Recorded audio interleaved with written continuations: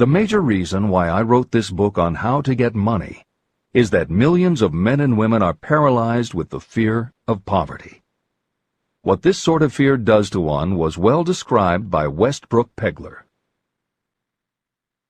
Money is only clamshells or metal discs or scraps of paper, and there are treasures of the heart and soul which money cannot buy. But most people, being broke, are unable to keep this in mind and sustain their spirits.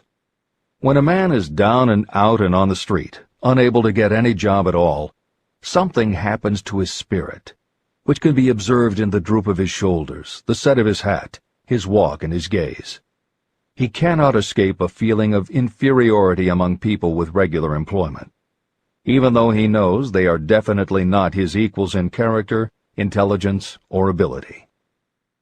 These people, even his friends, feel, on the other hand, a sense of superiority and regard him, perhaps unconsciously, as a casualty.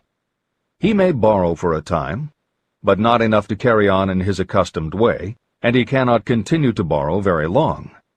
But borrowing in itself, when a man is borrowing merely to live, is a depressing experience, and the money lacks the power of earned money to revive his spirits.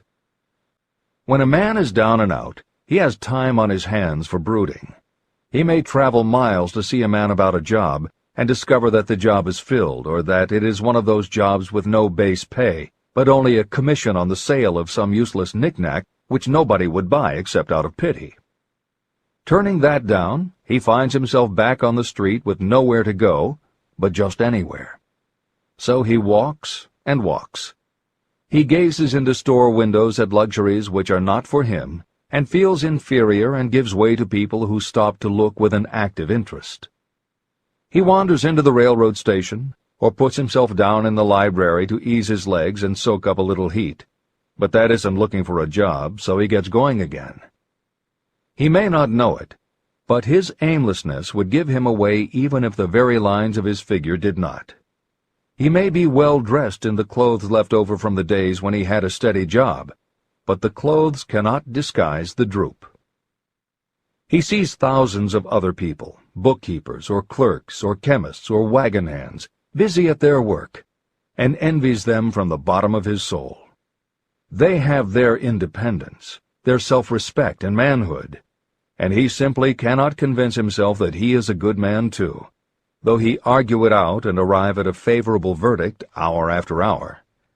It is just money which makes this difference in him.